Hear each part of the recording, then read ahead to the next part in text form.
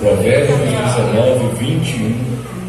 Quando você encontra, eu quero render graças a Deus por estarmos aqui reunidos, a convite uma vez mais, a pastora Cícera fez esse convite honroso, e é sempre um prazer estar aqui com os irmãos. Não, já não se constitui mais um convite, já faço parte da escala. Eu estava lá, eu falei, lá na segunda. Eu me sinto parte dessa casa, porque tenho comunhão com os irmãos, e isso é muito bom. É bom saber que você nessa noite veio louvar ao Senhor. E o que eu acho lindo é que tem lugares que, se o pastor não está, parece que o Espírito Santo foi junto com o pastor. Aqui é diferente, aqui a pastora está cumprindo a sua missão, mas o povo está adorando ainda. Você entende que o Espírito Santo, que é o principal, está presente nesse lugar. Você achou Provérbios 19, 21? Está escrito assim: há muitos propósitos no coração do homem, porém o conselho do Senhor permanecerá. É possível que na sua esteja assim: muitos são os planos no coração do homem, mas o propósito ou o desígnio do Senhor sobressairá. Pode ser que na sua versão esteja escrito assim, mas é a mesma coisa, só muda algum ponto, mas é a mesma coisa. Pode tomar o seu assento, por gentileza. Esse livro do Provérbios, não de 10 anos, de 20 anos, mas tem muito tempo que eu leio Provérbios, porque Provérbios é um livro de sabedoria para a nossa vida. Aqui tem princípios, aqui tem tudo que você precisa para ter uma vida íntegra diante de Deus. Existem leis que regem o universo. E o que eu acho interessante no Salomão é que ele não falou em Provérbios dessas leis, mas ele falou o que fazer dentro dessas leis para dar certo. Então não tem como dar errado. Conhecer as leis do universo é uma coisa, você saber o que fazer dentro dela muda completamente o teu destino. E nessa noite eu estou com esse versículo apenas para dividir com meus irmãos, e eu te peço, preste atenção, porque quando você pensar que eu ainda estou no tópico, eu já estou terminando a mensagem, mas eu quero que você entenda o que Deus tem para você nessa noite. Você pode falar com alguém que está do teu lado assim: você é tão maior do que você pensa. Você é tão maior do que você pensa. Isso não é uma fala de soberba e de orgulho, é uma fala de propósito. Eu estou falando para pessoas que talvez não chegou em 10% do que Deus tem para você. Mas nessa noite o Senhor quer nos alertar acerca de algo que existe em você, e não é seu, veio de Deus. Foi Deus que te colocou aqui com um propósito. E não conhecer propósito é um perigo, é algo terrível. Eu tive contato, irmãos, com esse versículo num certo dia, há muitos anos atrás, há muitos anos que eu digo, mais de 20 anos. Eu estava sentado tocando guitarra na igreja, Assembleia de Deus Missionária, foi onde nós passamos 15 anos, eu e a minha esposa. Eu fui batizado lá, batizado do Espírito Santo, conheci minha esposa, namorei, noivei, casei, apresentamos o nosso filho lá. E a gente veio sendo uma igreja chamada Assembleia de Deus Missionária, até o Senhor nos conduzir para o Ministério Palavra que Liberta, que hoje nós estamos inseridos e estamos representando aqui na região do Nordeste.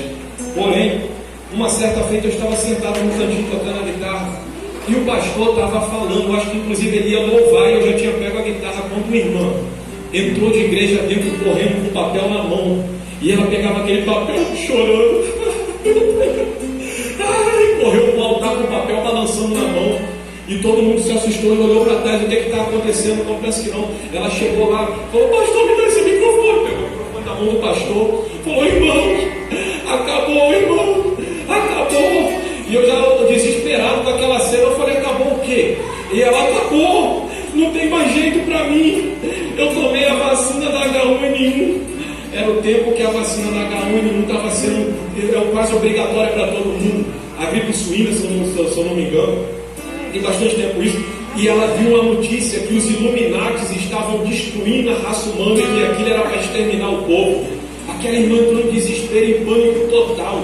E ela entrou com essa teoria da conspiração, como se fosse a verdade absoluta, que para ela não tinha mais jeito, que acabou, e assustando todo mundo, as senhorinhas já chorando, já com a mão no rosto, que acabou também. E eu tinha terminado de tomar vacina, eu estava no Exército Brasileiro nessa época, eu tinha tomado vacina um dia, ou no mesmo dia, ou talvez um dia antes. Aí o psicológico abalou, a mão começou a tremer de um lado só. Eu falei, eita Jesus. Aí eu olhei para a vaza e falei, vai dar tempo não. Eu comecei a gelar, eu comecei a ficar estranho, naquela estranheza. O Espírito Santo de Deus falou comigo: abre em Provérbios 19, 21. Aí eu corri para a Bíblia, abri Provérbios 19, 21. E estava escrito exatamente o que lemos aqui: muitos são os planos do coração do homem, mas a vontade do Senhor sobressai a todas elas. Aí eu entendi, eu falei, pode até ter plano de Illuminati, se isso é real, mas a vontade do Senhor vai esmagar o plano dele. Depois eu até preguei isso lá na igreja para acalmar o povo, mas naquela hora foi o momento que eu tive o primeiro contato com esse texto. E de lá para cá eu não parei de meditar nele. Porque eu acho lindo quando alguém fala assim: eu já li a Bíblia 8 vezes. Eu falo, nossa, que maravilha, mano. Aí o outro chega, 8? Eu li foi 22 vezes. Eu falei, eita, agora. E você vai? Eu acho que eu não li ela toda nenhuma vez ainda. Porque quando eu chego em um versículo como esse, eu fico dias, meses, anos parado, meditando, ruminando, que é o que tem que se fazer com a palavra.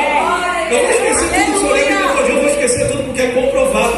60% do que você aprende, você esquece. Então não adianta eu ler a Bíblia milhares de vezes. Eu tenho que estudar a Bíblia Sagrada de forma organizada. Mas eu não preciso ter esse negócio de, se eu não li a Bíblia, alguém já até falou, se você não lê a Bíblia todinha, você não é crente. Era Jesus. Eu quero aceitar Jesus de novo. Porque eu nunca li, eu paro em um versículo, eu fico preso nesse versículo, e o Senhor falando comigo dias, meses, anos, e esse aqui é um deles. Eu não fiquei apenas naquela questão que o Senhor me informou naquela noite, de que os planos do homem eram frustrados pelo plano de Deus. Mas eu levei esse versículo mais a sério, porque esse versículo ele fala de propósito. E um grande pregador que já dorme no Senhor, em quase todas as suas pregações, a prédica dele era: a maior tragédia da vida não é a morte. Você já prestou atenção que você se apavora com a morte? Nós nos apavoramos com a ideia de morrer ou de perder alguém próximo de nós. Eu já me peguei chorando pela ideia de alguém que estava bem morrer. A pessoa estava com saúde, não estava doente, não estava nada, mas veio aquele pensamento da minha cabeça: e se o fulano morrer, daqui a pouco estava eu.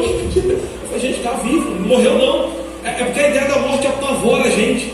Sabe por quê? Porque eu e você, nós não nascemos para morrer. Nós somos seres eternos. Se você prestar atenção, você é mais espiritual do que carnal. Você tem um corpo que é visível, mas você tem uma alma e um espírito, e alma e espírito não é visível.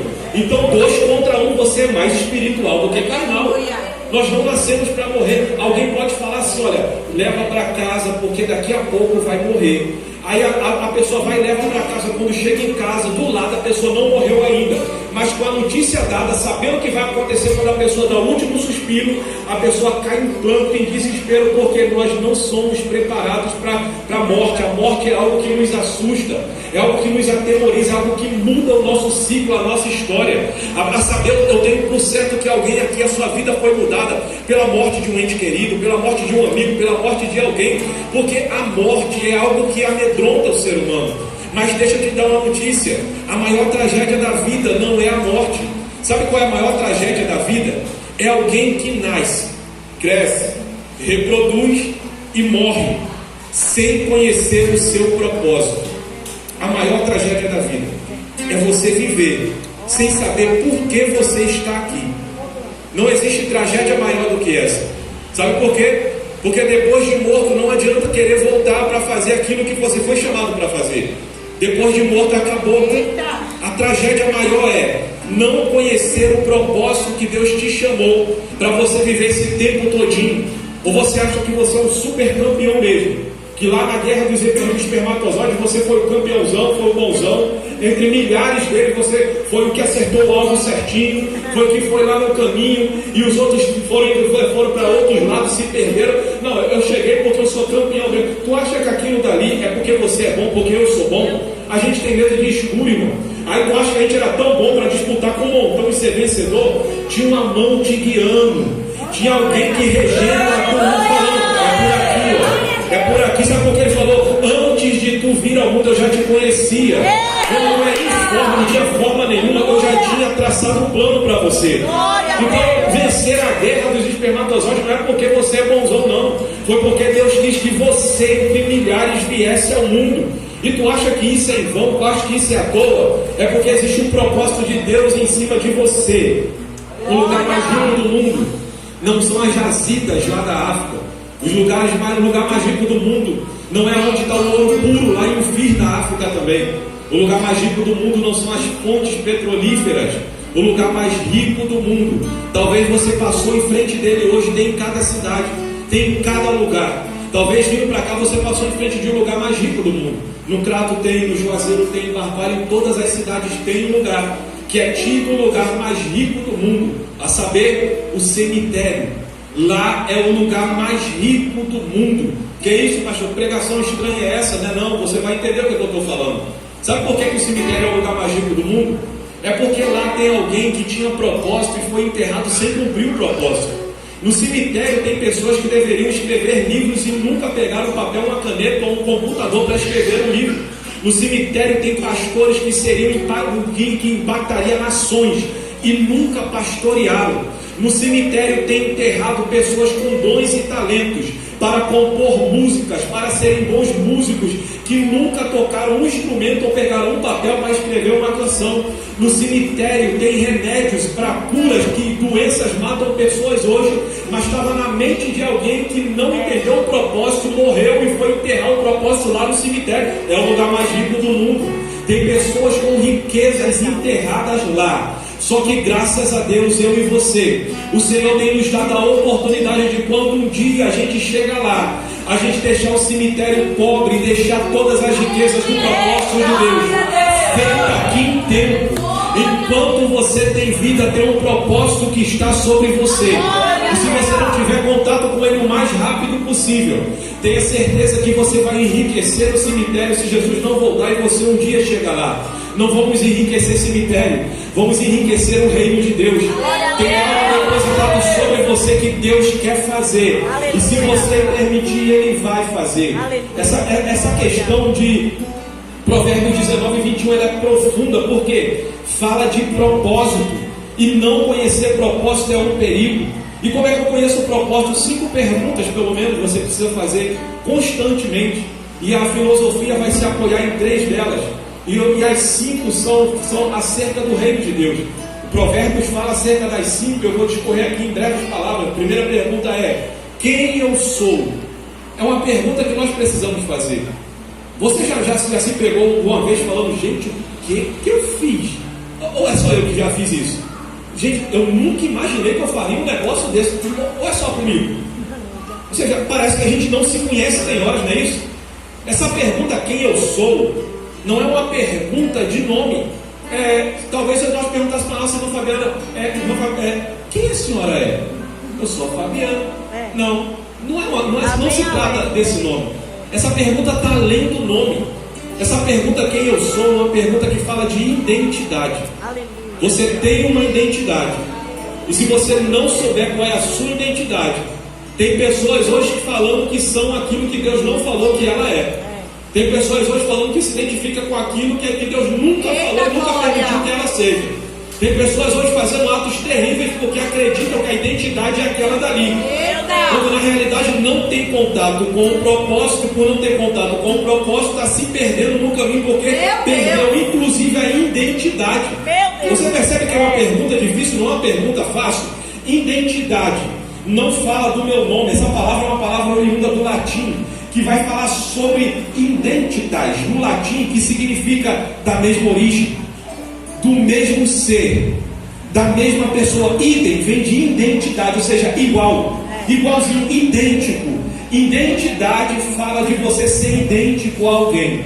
E existe textos na Bíblia Sagrada que diz que eu e você somos imitadores de Cristo, que em nós tem a marca, tem o selo do Senhor. E é isso que vai fazer a nossa identidade ser vista aqui na terra. A nossa identidade não é a carteira que a gente puxa quando alguém pede e a gente entrega a identidade com o número, com o nome, seu nome completo, com o nome do seu pai, o nome da sua mãe. Mas essa identidade que nós precisamos recapitular dentro desse versículo que nós acabamos de ler, fala de uma identidade diferente da terra, fala de uma identidade do céu. Quem é você? Quem sou eu? É uma pergunta que a gente olha para dentro ao invés de olhar para fora. Sabe por que tem gente vendo tanto defeito em outras pessoas? Porque está esquecendo de perguntar quem ele é, quem ela é. Porque se olhasse para dentro, parava de olhar para fora. Se olhasse para dentro, ao invés de falar, ajudaria aqueles que estão errados do lado de fora. Porque o erro do meu irmão só é diferente do meu erro. Porque quando eu olho para mim, eu me identifico, eu estou tão longe de ser aquilo que ele me chamou para ser. Aí eu estou me perguntando quem sou eu. E eu vou gerando uma identidade. Eu não posso fazer isso. Por quê? Porque meu pai não faria isso. Eu tenho DNA, o meu DNA não é da terra, é do céu. Então se eu tenho filiação, e a minha filiação é uma filiação do céu, eu tenho que agir como o meu pai agiria. Eu tenho que fazer o que o meu pai faria. Eu tenho que estar aqui como ele disse que eu deveria estar. Essa pergunta de Provérbios 19 é uma pergunta que fala, a primeira pergunta é quem eu sou, fala de identidade. A segunda pergunta é de onde eu venho. A filosofia fala acerca disso e leva para muitas vertentes, mas eu não estou falando de filosofia, eu estou falando de coisas espirituais. E de onde eu venho fala de fonte. De onde venho fala de fonte. Qual é a sua fonte? Ah, pastor, essa é fácil demais. Essa daí já pode pular para a terceira pergunta, porque eu sei. Você sabe. Mas você sabia que pessoas inteligentes que estudaram anos a fio, que estudam a vida todinha, dizem que uma ameba começou a se movimentar na água, virou um girino, que virou um sapinho, que saiu da água e virou um macaco, e evoluiu e virou um ser humano. Você acredita que gente inteligente pensa dessa forma? Ele pensa que a origem, que de onde eu venho, que nós viemos do macaco, desse progresso todinho. E são pessoas inteligentes, não são pessoas que pensam pouco, são pessoas que pensam muito. Mas eu e você sabemos de onde viemos. E nós devemos estar aptos para entender. Eu não sou daqui para casa. Quando você canta isso, você está falando, sabe o quê? Eu sei a minha identidade. Você sabe que você não é daqui, você sabe de onde você veio. Existe uma fonte que jorrou para a vida eterna. E essa fonte da vida eterna foi que te constituiu aqui na terra. Para você não entender que é daqui, mas que você entenda. Eu tenho uma fonte. E essa fonte não foi um macaco. Essa fonte lá em Gênesis está escrito que eles se reuniram. Deus Pai, Deus Filho, Deus Espírito Santo. Eles olhavam um para o outro numa plena harmonia. E eles disseram, façamos eles. Eles vão ter uma fonte. E a fonte não vai ser outra senão a nossa imagem e a nossa semelhança. Você é a cara de Deus, sabia? Você é a cara do teu Criador. Se alguém olhar para você, precisa ver o teu Pai em você. Nós estamos falando aqui de origem, de identidade. Na minha filiação está escrito Sebastião Ferreira de Brito, que é o meu pai. Mas na minha identidade espiritual está escrito que eu sou filho de Deus, porque não foi eu que escolhi ele. Jesus disse, não foste vós que me escolheste, mas eu escolhi a vós. E eu sou o pai de cada um de vocês. Eu sou o amigo de cada um de vocês. Eu sou o dono de cada um de vocês. Se alguém tentar mexer com você, mostra a identidade. Se alguém tentar perguntar onde tu vem, fala,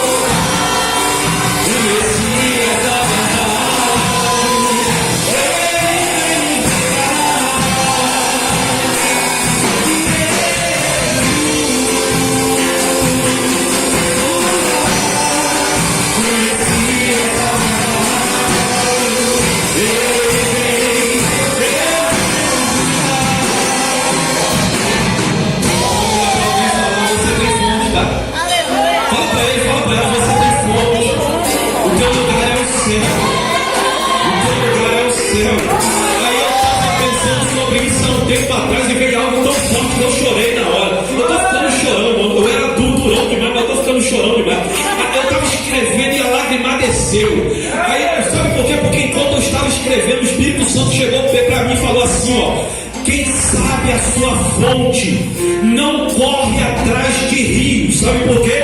Se torna um rio de águas vivas para o Senhor. Que coisa linda é essa? Então não precisa ficar correndo atrás da fonte, não. Não, sabe por quê? Porque do meu interior flui rios de águas vivas. Tem uma fonte que jorra dentro de você. E essa fonte é porque você veio da onde tem a fonte. Essa fonte é porque você é lá, da onde existe um rio de águas cristalinas.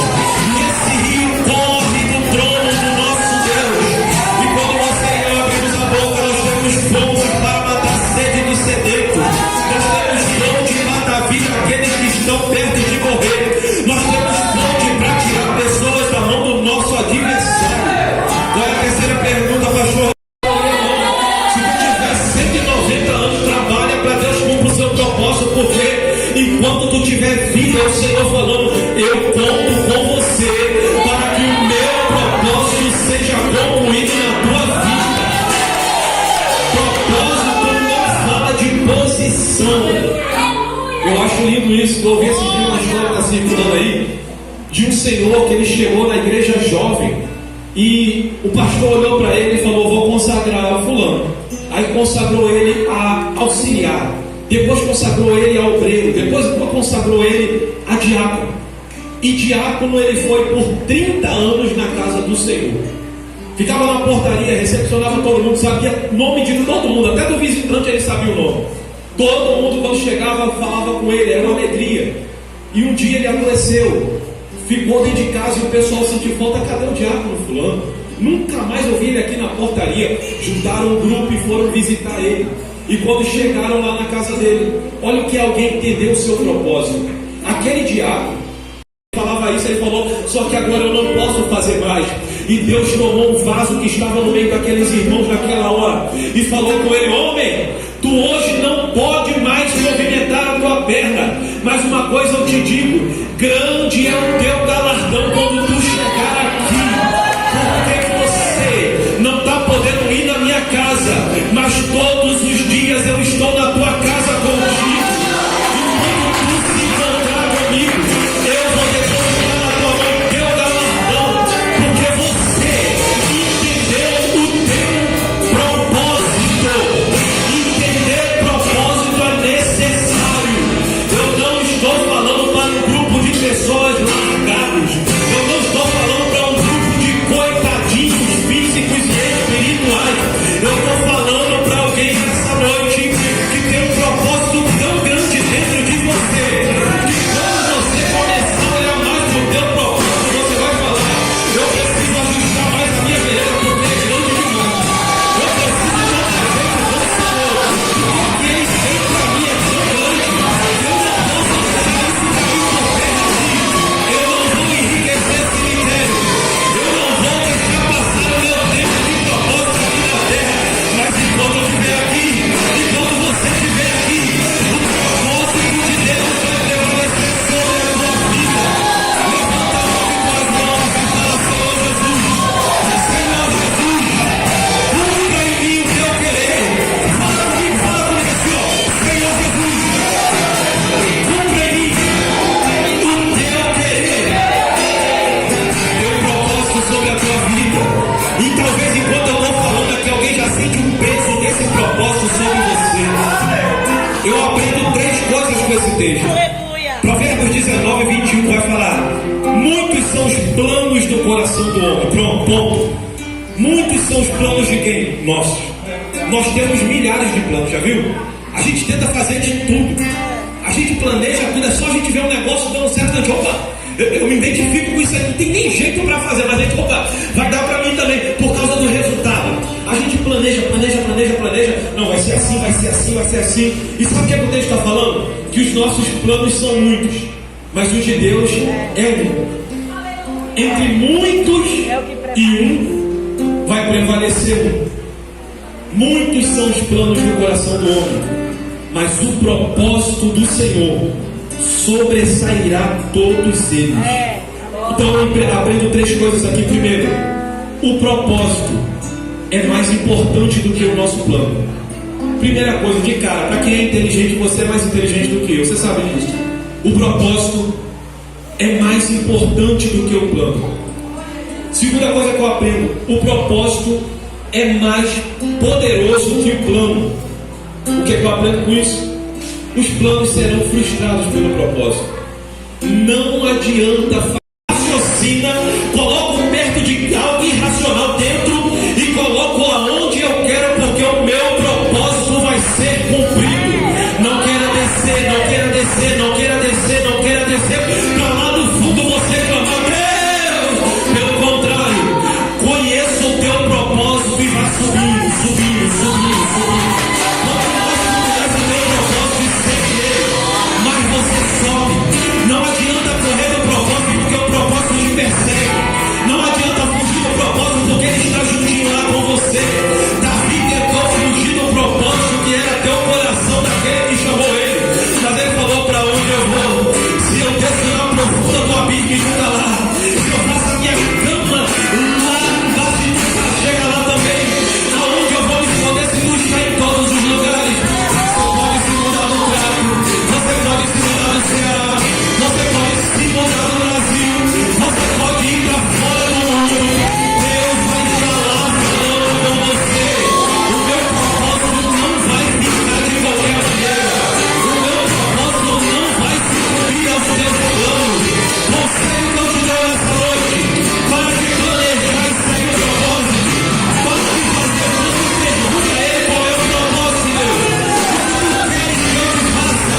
Conselho que eu te dou nessa noite, o céu está aberto aqui e é possível que os teus olhos se elevem e você ouve que Deus veja. Eu vejo ele assentado no alto e sublime trono,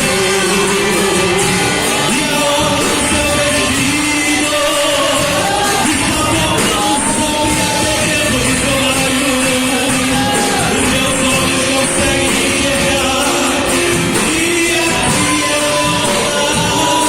Eu estou falando para alguém que falou, eu não sei desse lugar, que eu não vou ficar, nesse lugar. Sei que ele ama, sei que ele ama, que ele ama, que ele ama. Mas o Senhor me trouxe aqui para te dizer, o teu propósito começou aqui, e depois daqui tu não sabe o que vai acontecer. Você viu a graça de Deus aqui?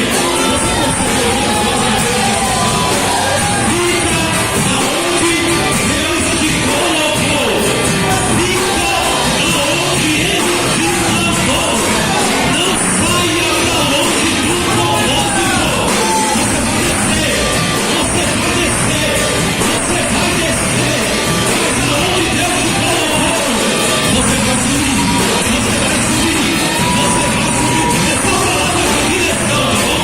Essa palavra de direção. Para de olhar para lá, para de olhar para ver. E olha para o propósito. O propósito te chama.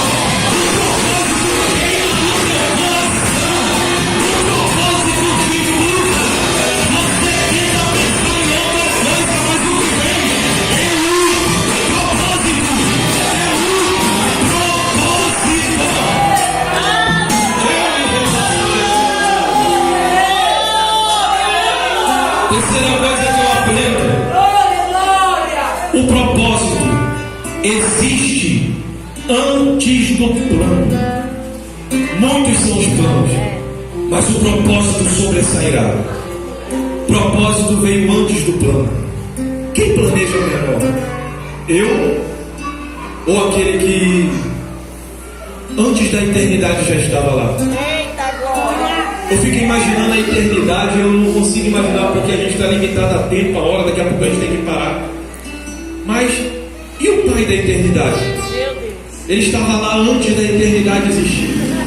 Já existia um plano nele. E esse plano estava traçado desde tempos que nós não conhecíamos. Sabe o que tem dentro de você?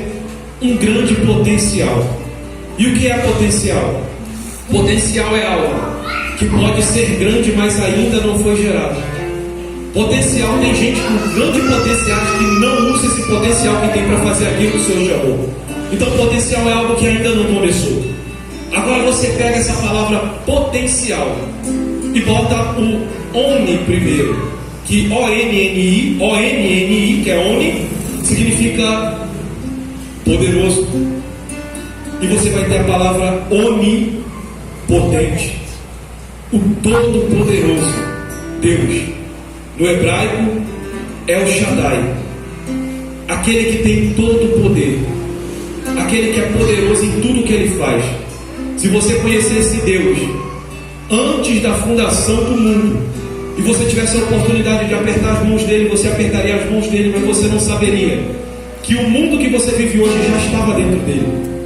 Quem aperta a tua mão não sabe que Deus Todo-Poderoso botou algo tão grande dentro de você e acha que você é uma simples pessoa, ou até olha para você e fala que você é um fracassado, é um falido que não vai chegar em lugar nenhum. Mas tenha por certo de uma coisa: o Todo-Poderoso colocou um potencial em você, e agora não é mais com ele, agora é com você. Sabe por quê? O poder dele fez com que o haja existisse, fizesse a existir tudo. O poder dele fez com que eu e você estivéssemos aqui. E continuar aquilo que já foi depositado dentro de nós é comigo e é com você. Isaías 46, versículo 9, é um texto que fala exatamente sobre isso. Olha o que diz Isaías 46, 9: lembrai das coisas passadas da antiguidade, porque eu sou Deus e não há ninguém mais. Eu sou Deus e não há outro como eu. Declaro o fim desde o começo, e desde os tempos antigos as coisas que não estavam ainda feitas, dizendo: o meu propósito prevalecerá e eu farei toda a minha vontade. Você percebe o que Deus está falando aqui? Ele está falando: eu não começo algo antes de já ter terminado. Testou o microfone milhares de vezes para amplificar a voz, para depois lançar o microfone. Deus não.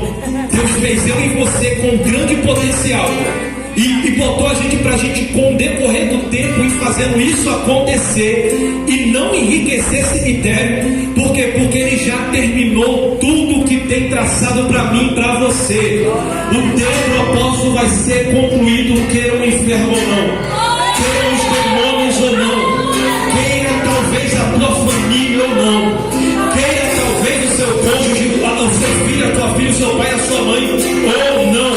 O propósito de Deus vai prevalecer, porque Isaías falou: o meu propósito prevalecerá e eu farei toda a minha vontade. Nós precisamos correr para o propósito. Pastor, esse negócio é difícil porque eu não sei qual é o meu propósito, sério? Tu não sabe não? Então nós vamos finalizar agora falando um pouco disso. Como é que eu descubro o meu propósito? Aquilo que te faz incomodar. Você se sente incomodado com algo? É certo que sim. Tenha certeza absoluta que o teu propósito está totalmente entrelaçado ao que te incomoda. Eu não aguento ouvir a palavra distorcida. Pronto. Se prepara, pregador. Se prepara, pregadora. Se prepara, porque Deus vai te usar na palavra, irmãos. Eu detestava ouvir palavra distorcida. Eu falava: não é isso que está escrito. Eu ficava para morrer. E eu nunca imaginei um dia estar ministrando a palavra do Senhor, mas aquilo me incomodava. Eu era tão tímido, eu já falei isso aqui algumas vezes, que alguém chegava em casa e falava: cadê teu filho? Que eu sou o caçula. Aí minha mãe: vou chamar o William. Aí eu não ia, ficava trancado. Minha mãe ia lá: vem cá que a minha visita quer te conhecer. Eu falei: mãe, mostra a foto lá na parede. Se tu não vir. Aí eu via. Aí ela via eu: nossa, como ele é bonito.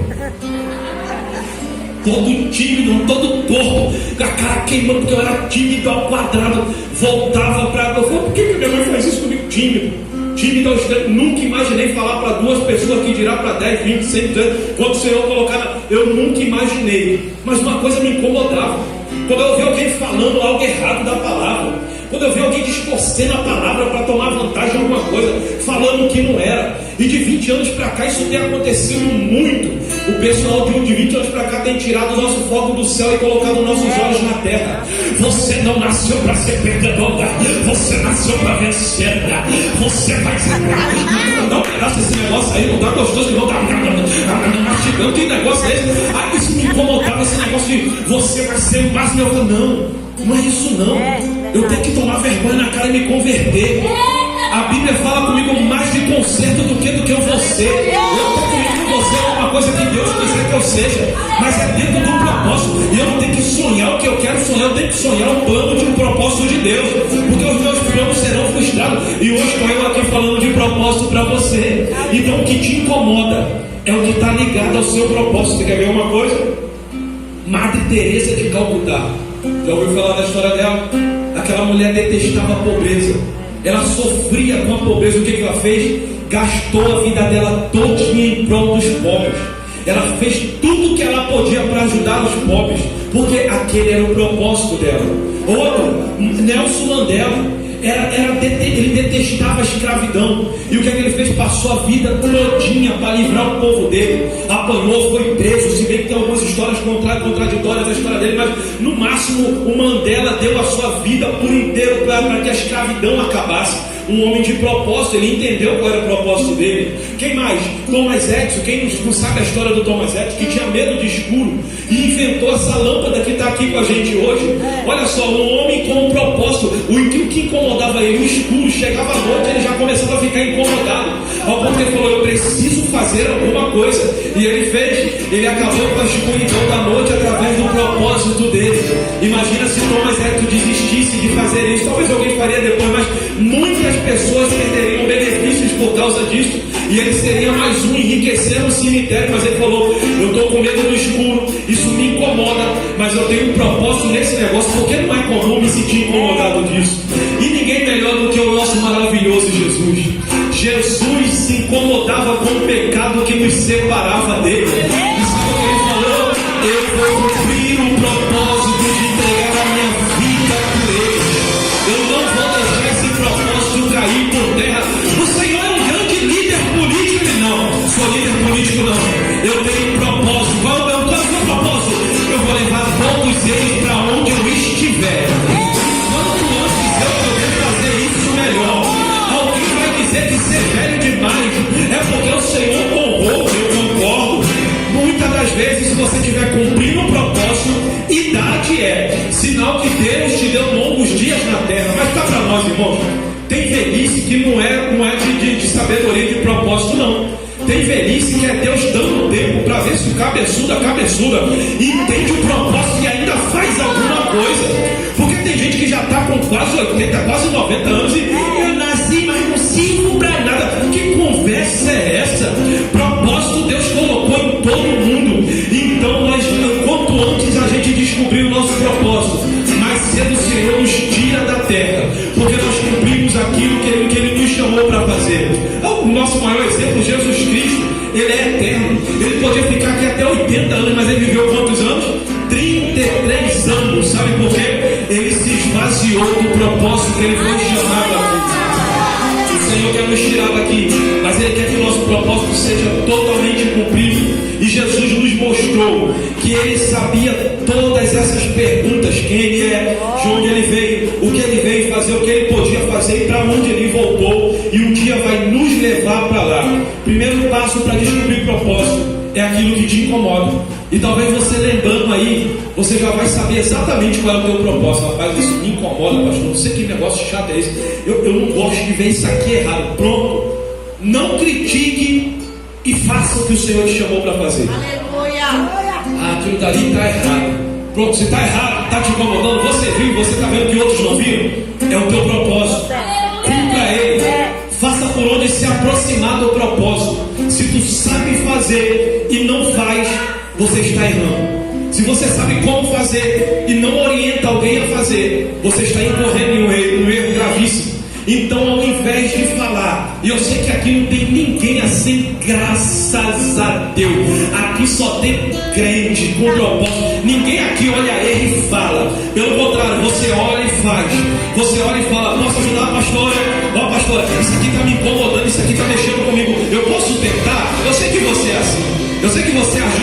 pastora. Eu sei que você ajuda esse ministério.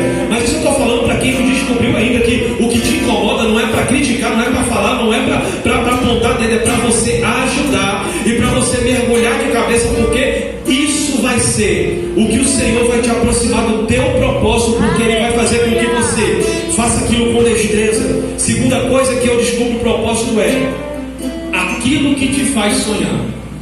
Eu não estou falando de, eu sonho em ter um carro importado. Depende, talvez, mas dificilmente um carro importado vai ser para um propósito divino na terra. Mas você já prestou atenção que quando você era pequeno, você se via em algum lugar? Já aconteceu contigo? Você está assim, talvez no pequeno, grande, médio, você está assim parado e você vê aquele flash assim de algo acontecendo contigo, tu volta e fala, que coisa estranha. Eu já me vi diversas vezes na minha vida assim, eu parado, eu me via no púlpito pregando, eu falei, essa fiada. Os flashes, esses flashes da nossa vida, você precisa prestar atenção neles, porque são eles que estão apontando para o que o Senhor te chamou para fazer. Há coisas impossíveis que você se vê fazendo.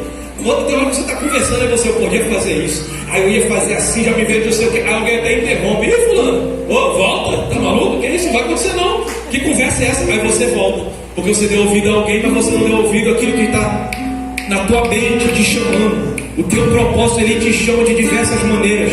Você se vê fazendo uma coisa e você se alegra, já viu? Quando você pensa em fazer algo que vem aquela alegria no teu coração, irmão, isso é um indício que isso é o teu propósito. Quando você tem alegria em fazer algo, quando você vê o resultado de algo que você fez e você alegra o teu coração para o Senhor, isso é o teu propósito. Tem pessoas que precisam olhar mais para o propósito, porque senão vai ficar correndo atrás de planos. Terceiro e última, o dom que Deus colocou em você, ele te persegue. Você já percebeu isso? Ai, meu Deus do céu, eu não estou aguentando mais isso não. O que é que foi? Ih, o que foi? Não, parece que só vem gente com problema falar comigo. Tu prestou atenção que é o teu propósito, não? Que tu tem palavra para quem tem problema? Que Deus colocou um conselho na tua boca para falar com quem tem problema. Então a questão não é o que eu estou fazendo aqui, é o que eu posso fazer aqui. E o que eu posso fazer aqui? Cumprir o teu propósito. Se chegou alguém com problema, aconselha. Ah, meu Deus do céu, ninguém me chama para uma pizzaria, só me chama para oração. Tu não prestou atenção que Deus te chamou como alguém que fala na terra e o céu se movimentam? Ah, mas quando eu estou orando eu gosto. É porque eu gosto. Tem gente que Deus chamou para oração mesmo, chamou para quê? Tem gente que é os 6 horas, o crente 6 horas. 6 horas por mim? 6 horas por mim? 6 horas, 6 horas. É o crente 6 horas. Mas tem uns não, que é um crente do propósito. Qual o crente do propósito? Fulano, eu não estou aguentando mais, tá não? O que está acontecendo? Isso, eu vou orar. Ora por mim quando você estiver em casa. Não, vou orar por você aqui agora.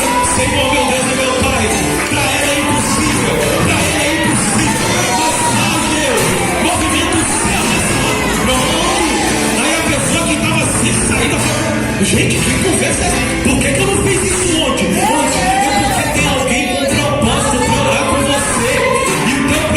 Começar a ser definido a partir daquilo que você está fazendo. Você sabia que tem gente que Deus chamou para orar de madrugada, orar meio-dia, orar de noite? Você já sabia que tem gente que Deus chamou só para orar? É o propósito da pessoa, mas parece que a pessoa quer correr desse negócio. Até o que eu quero é cantar, aí é desafinado. Mas quando pega o microfone para pregar, vira um negócio de cabeça para baixo.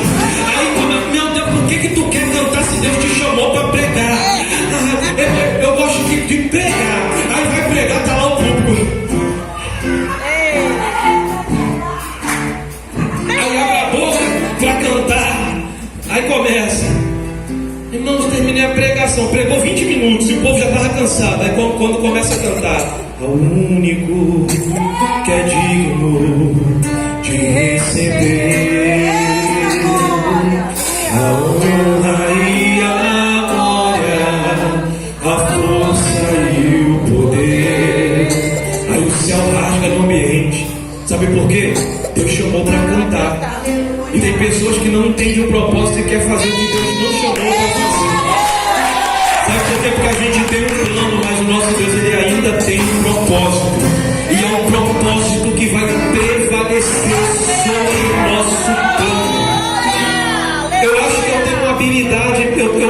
um chamado aqui, pastor, mas eu sou tão ruim quando eu começo a fazer aquilo que eu fui chamado. Eu tenho certeza que o meu chamado é esse, mas quando eu subo no altar para pregar e eu começo a ler, eu pareço aquela gaguinha de Ilhéus, pastor. Eu começo a Isaías falou, e quando eu desço eu falo normalzinho. Como é que eu faço isso? Treine a habilidade que Deus colocou em você. Começa a pregar para espelho, começa a pregar para pé de mão. Quando chegar no tempo da manga, chega lá de frente da mangueira e fala: essas plantas que estão verdinhas, elas vão amadurecer e vão ser docinhas, mas já tem algumas que estão apodrecendo, vai ser cortada, vai cair. Não se preocupa, manga, tu ainda não está perdida. Tem um caroço que vai germinar dentro de você, tu vai crescer, vai ser uma manga cheia de habilidade. Você precisa treinar habilidade. Habilidade é você precisa treinar. Quem conhece Michael Jordan aqui? Você já ouviu falar do Michael Jordan? Você acredita que o astro do basquete, conhecido mundialmente, acho que até fora as estrelas conhecem ele, aquele homem é conhecido hoje em todo lugar do planeta. Sabe qual foi a história daquele homem? Uma vez ele contou com um pregador dentro do elevador e eles se conheceram. O pregador falou: Jordan? E ele falou: Monroe? Os dois se conheceram e começaram a conversar. E nessa conversa, o pregador perguntou a ele: como é que você chegou tão longe, Jordan? E eu estou falando, sabe de quê? De dom, de habilidade. E existe um em você. E o Jordan falou assim: nem sempre foi assim, pastor. Eu me lembro que eu comecei a jogar basquete no time da escola. E todas as noites eu sonhava na NBA, eu sonhava que eu estava na NBA. Eu sonhava que eu estava no melhor time da minha época. E eu dei lugar àquele negócio que estava pulsando dentro de mim. Só que eu não acertava uma cesta, nem no treino e nem no jogo. E um dia me colocaram para jogar, para fazer o teste, porque eu já tinha altura. E quando eu joguei a bola, eu arremessei, eu errei todos os arremessos. Sabe o que o técnico falou? Me chamou na frente de todo mundo e falou assim: ó, faça qualquer coisa na tua vida, vai vender frango frito, vai fazer qualquer outra coisa, mas esquece o basquete que não é para você. Some desse time, eu não quero mais te ver aqui. Ele falou que saiu decepcionado, com lágrimas nos olhos. Só que aquilo queimava ainda no coração dele. E ele morava em um lugar bem pobre, mas no fundo da sua casa tinha uma quadra de basquete. E sabe o que Jordan falou? Ele falou que pegava a sua bola de madrugada, enquanto todos estavam dormindo. Ele foi para aquela quadra e batia a bola no chão e errava a cesta. A bola voltava para ele, ele batia e errava, ao ponto que ele começou a perceber que de 10 ele errava 9. Aí daqui a pouco começou a cair de 10 e ele errava 5. Quando chegou a um ponto que todas as madrugadas Jordan estava na quadra de trás da casa dele, arremessando a bola, e ele percebeu que de 10 ele estava acertando 10. Ele mudou de posição e começou a jogar. E aqueles acertos aconteciam. Ele começou a jogar com a mão só, e os acertos aconteciam. E ele foi lançado. Ele pegou, marcava a posição, saía do lugar com os olhos fechados e jogava. E quando ele jogava, ele olhava na sequência e a bola caía na cesta certinho. O que ele não tinha como uma habilidade treinada, ele já tinha dentro do coração dele, falando que ele ia ser um jogador de basquete. E o que ele fez? Ele treinou a habilidade.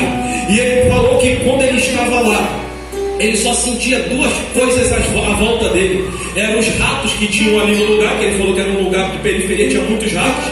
E ele falou que quando ele fechava os olhos, ele sentia uma sensação tão boa, que ele sentia como se anjos estivessem à volta dele. E ele não errava um arremesso daquele. E ele chegou pro técnico e pediu: eu posso voltar pro time? Ele falou: você aqui de novo? O que tu tá fazendo aqui? Eu já te falei que tu não tem jeito mesmo. Ele falou: não precisa me colocar, só me deixa no banco.